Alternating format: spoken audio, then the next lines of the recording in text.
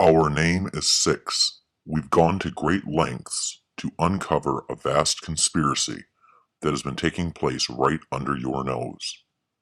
After 10 years of spying, researching, and being threatened with our very lives, we've discovered the gruesome past of what is now called Saginaw Valley State University, and the occult practices that continue this very day by those who oversee this institution of higher learning.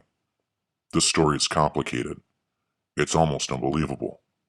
Most disturbing of all, we have proof.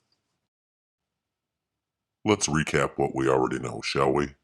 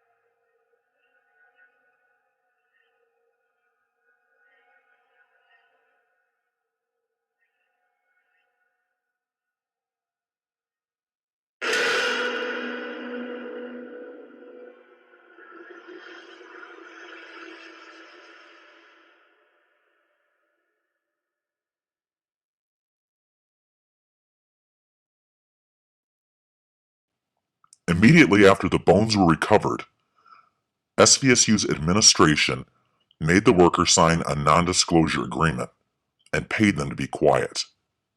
But who were these women? Who were Abigail and Rose Cardinal? A new discovery gives us an insight into what happened.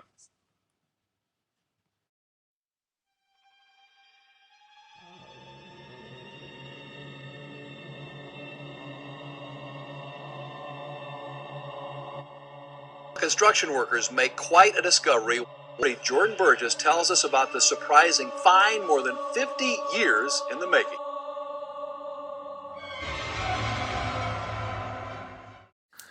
To appease my conscience, before I go to meet my maker, I must write this confession. Rose and Abigail Cardinal were witches. We call them the Cardinal Witches. They didn't go to church. They didn't take communion. They didn't come out of their home. We discovered that they were sacrificing animals. Myself, along with several others, showed up at their house, and we burned them alive in their sleep. Burned their house to the ground. We could hear them screaming their way into hell. Once the college was complete, the Cardinal sisters made themselves known. They refused to go to hell where they belonged. Instead, they tormented us to the point of insanity. We needed to appease their spirits. We needed to commemorate them. To appease the restless Cardinal sisters, the Cardinal Witches, SVU, now SVSU, promised to use the Cardinal as their mascot, as a secret remembrance honoring the witches. SVSU administrators at the highest level members of the Michigan House of Representatives, and the elite of Saginaw Township came together on October 31st, 1976.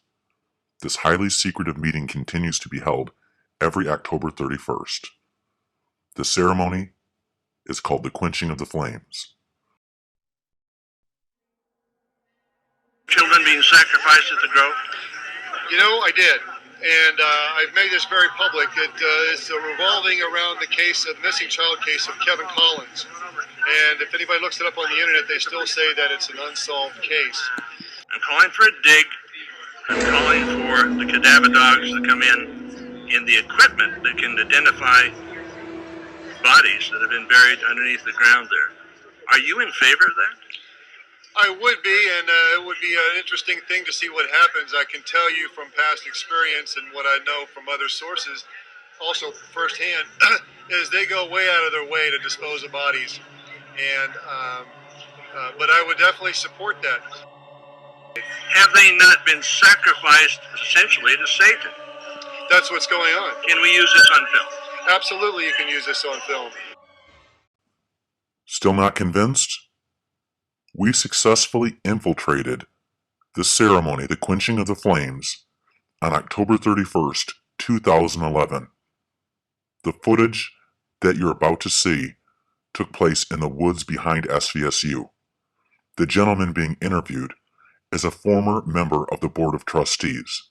Please note how defensive he gets when confronted with the fact that this footage exists. Actually, I don't think that's something I need to talk to you about.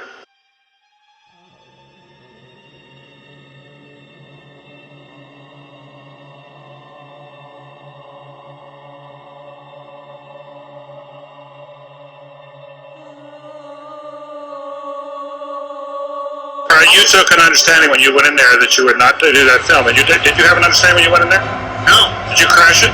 Yes. Yeah, and it has no trespassing signs there too, doesn't it? No, it wouldn't Yes. happen. Oh, I'm sorry. I'm sorry, sir. I've been there before. I know what the circumstances are, and I'm sorry you violated the understanding. There was not a gentlemanly. But what about the ritual? Is the ritual gentlemanly?